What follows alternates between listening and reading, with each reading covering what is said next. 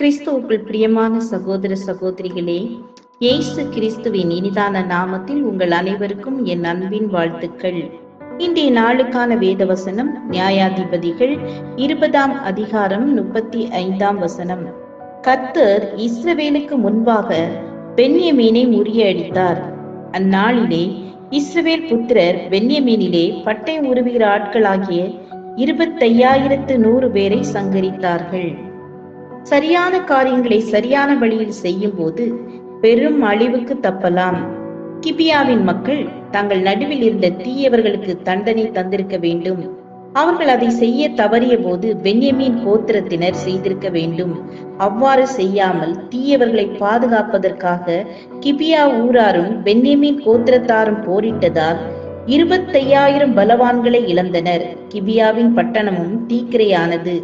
கொடியவர்களாக இருப்பவர்கள் மட்டுமல்ல, அவர்களை பாதுகாப்பவர்களும் அவர்களுக்கு உதவி செய்கிறவர்களும் தண்டனைக்குரியவர்களே.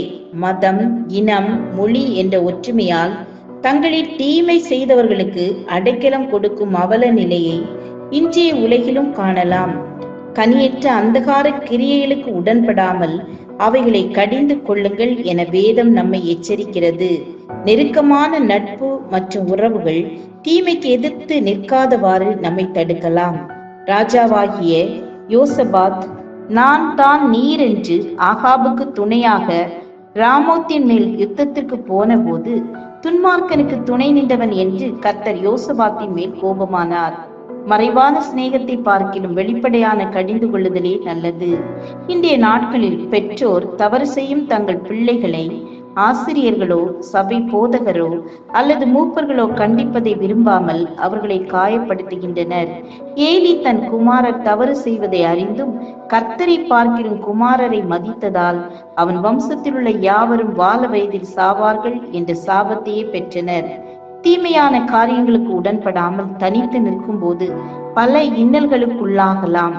வரவேண்டிய பதவி உயர்வுகள், பணியிடை மாற்றங்கள் மறுக்கப்படலாம். போத்திபாரின் மனைவியின் ஆசைகளுக்கு உடன்படாத யோசேப்புக்கு கிடைத்தது சிறைவாசமே. உலகம் தரும் தண்டனைகள் நிரந்தரம் அல்ல. நமக்கு துணை நின்று நம்மை விடுவித்து மேன்மைப்படுத்தும் கர்த்தர் நமக்கு உண்டு. தவறு செய்வதை அறிந்தும் அமைதி காப்பது தீமைக்கு துணை போவதற்கு சமானம் என்பதை நாம் மறந்துவிடக் கூடாது. ஜெபம் செய்வோம். தேவனே, எந்த ஒரு நிலையிலும் தீமைக்கு துணை செய்யாதவாறு எங்கள் ஒவ்வொருவரையும் காத்தருங்க.